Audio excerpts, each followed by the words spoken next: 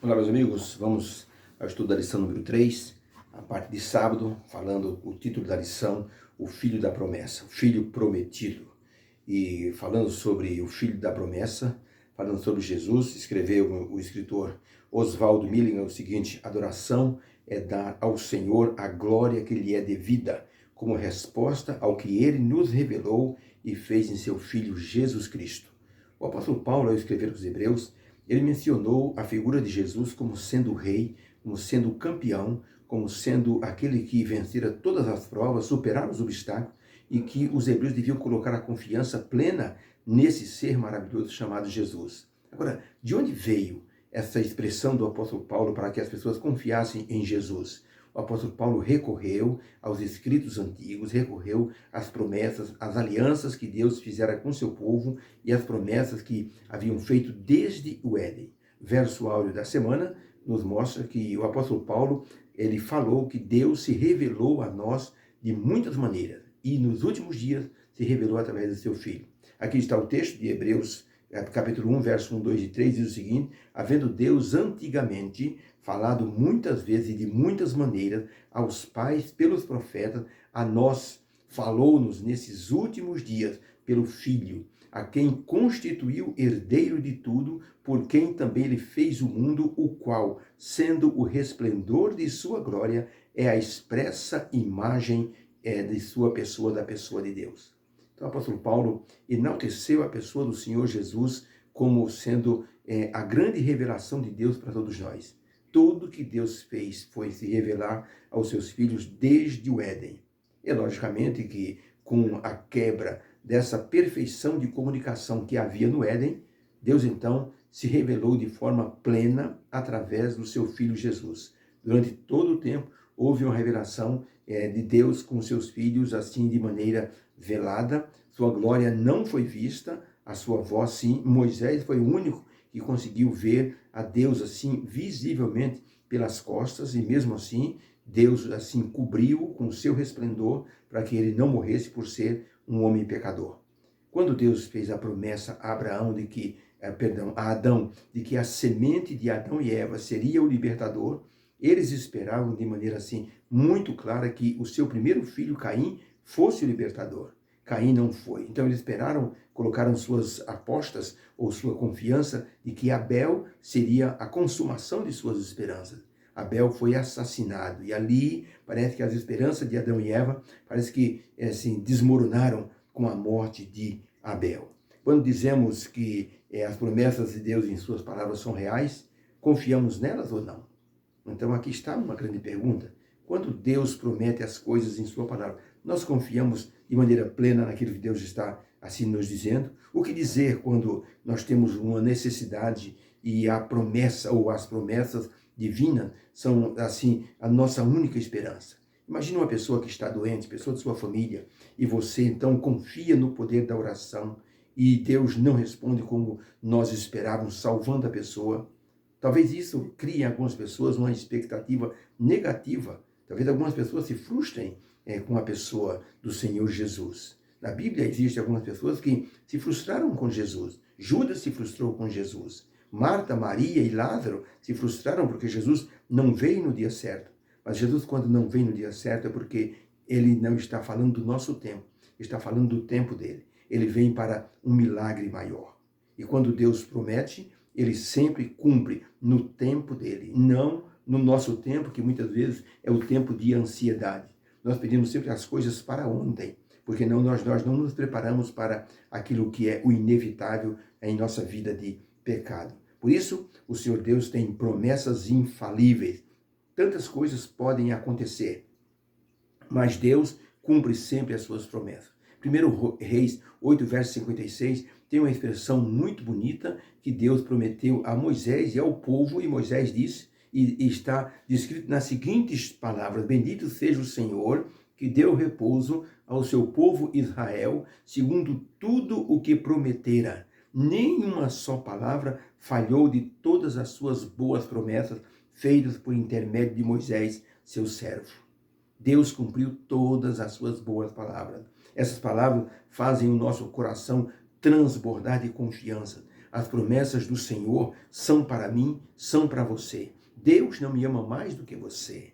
Nós somos todos iguais perante Deus e carecemos da salvação que vem das mãos divinas. Um converso da fé muçulmana nas ilhas Andamã, era um velho cego, senhor cego, estava muito triste, chorando quando um obreiro indiano chegou à sua tapera e ele estava chorando e o obreiro indiano disse: por que o senhor está chorando? Ele disse: eu estou chorando porque eu li na minha Bíblia em braille de que eu vou morrer e eu estou preocupado qual será a minha esperança depois da minha morte. Então, aquele obreiro indiano leu na palavra muitas promessas sobre a ressurreição, sobre as promessas da nova aliança em Jesus na cruz. E aquele homem cego abriu um sorriso e disse: eu confio nas promessas divinas, eu quero fazer parte da primeira ressurreição, já não estou triste nem ansioso como eu estava. Aquele jovem obreiro indiano abraçou aquele velho irmão na fé e o confortou através da palavra de Deus. Por isso, podemos confiar na palavra do Senhor. O Senhor Deus tem uma promessa maior do que a morte, ele tem a ressurreição. O Senhor Deus tem uma promessa maior do que a desilusão, ele tem a esperança para o nosso coração. Agora imagine Adão e Eva recebendo de Deus a promessa de um filho libertador, resgatador, uma semente que derrotaria o inimigo e traria tudo de volta, o jardim do Éden de volta, a comunicação com Deus de volta. Adão e Eva ficaram numa expectativa crescente quando Caim nasceu. Depois ficaram numa expectativa quando Abel nasceu. E então isso criou nos dois uma fé muito grande. Depositaram nos seus filhos nascidos uma grande esperança. Mas não aconteceu dessa forma como eles queriam. Imagine Deus prometendo a Abraão que através da geração dele, todas as famílias da terra seriam abençoadas. Quando Isaac nasceu, Abraão pensou que aquele fosse o filho da promessa. Mas era o início de uma grande promessa realizada em Isaac. Depois Deus prometeu a Davi, dizendo: Davi, o seu descendente vai sentar no trono para sempre, vai convencer e reinar sobre todas as nações.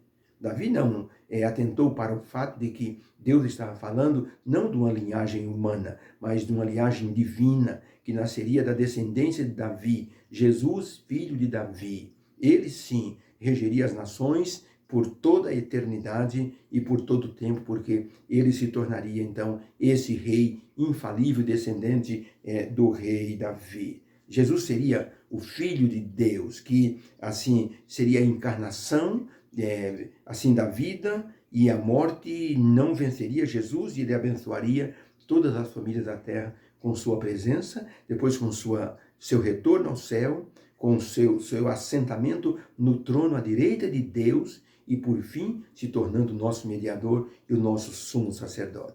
Ellen White escreveu no livro Em Meditações Matinais de 1977, na página 7, ela escreveu o seguinte: a vinda do Salvador foi predita no Éden. Quando Adão e Eva ouviram pela primeira vez a promessa, aguardavam-lhe o pronto cumprimento, mas o cumprimento da promessa demorava. Aqueles que primeiro a receberam morreram sem ver o cumprimento dessa promessa, desde os dias de Enoque. A promessa foi repetida por meio de patriarcas e profetas, mantendo viva a esperança do seu aparecimento. E todavia, esse filho prometido não chegava. O próprio Simeão, o profeta Simeão, quando Jesus foi apresentado no templo, Simeão, o profeta, pegou Jesus no colo, olhou para o céu e disse: Senhor, eu já posso morrer, porque os meus olhos viram a redenção de Israel. Simeão foi o único que reconheceu em Jesus o Filho prometido. E ele se alegrou e disse: eu já posso morrer, Senhor, porque eu vi tudo que os outros pensaram em ver. Eu tive o prazer de ter o Salvador em meus braços. Então, Simeão louvou a Deus por isso. Certa noite, o pregador Moody pregou numa cidade. No final da reunião, uma senhora muito perturbada espiritualmente procurou o pregador e disse para o grande pregador Moody: pregador, faz três anos que eu estou à procura de Jesus e eu não o encontro. O pregador disse: deve haver alguma coisa errada, minha querida irmã. Nenhum pecador, por mais ansioso que esteja, procura Jesus 3 anos e não o encontra. Há alguma coisa errada em sua procura. Como é que a senhora está procurando? E ela então diz, eu estou procurando fazer o melhor da minha vida, para que depois então eu me entregue a Jesus. Ele diz, está errado. A senhora tem que ir como a senhora está. E dessa forma, Jesus a receberá e não vai rejeitar. Ele disse, aquele que vem a mim, de maneira nenhuma eu o lançarei fora. Ajoelhe-se comigo agora e eu vou orar para que a senhora receba Jesus no seu coração. O pregador Moody orou com aquela senhora e o coração dela foi tocado pelo Espírito Santo. E ela começou a chorar de muita alegria, dizendo, pregador, eu aceito Jesus e eu sinto-me que eu estou sendo recebida por ele. Pronto, ali estava a fórmula infalível. O Salvador, o Filho prometido, havia feito mais um milagre na conversão de um coração. Aquela mulher saiu feliz para proclamar essa verdade do Evangelho, que é a aceitação de um pecador pelo Senhor Jesus Cristo. Essa semana vamos estudar sobre esse Filho prometido, que o apóstolo Paulo tanto mencionou para os hebreus, e que haja uma bênção para o nosso coração na compreensão da mensagem da lição dessa semana. Senhor Deus, obrigado porque estudamos a Tua palavra no início dessa lição. Jesus se tornou o Filho prometido e nós cremos nisso e o aceitamos como nosso Salvador. Que as Suas promessas se cumpram em nosso tempo, em nossa vida, em nome de Jesus. Amém. Fica com Deus, tenha um sábado abençoado na presença do Senhor, com os irmãos da igreja e também com sua família. Que Deus abençoe a todos. Um beijo para todos. Fique com Deus.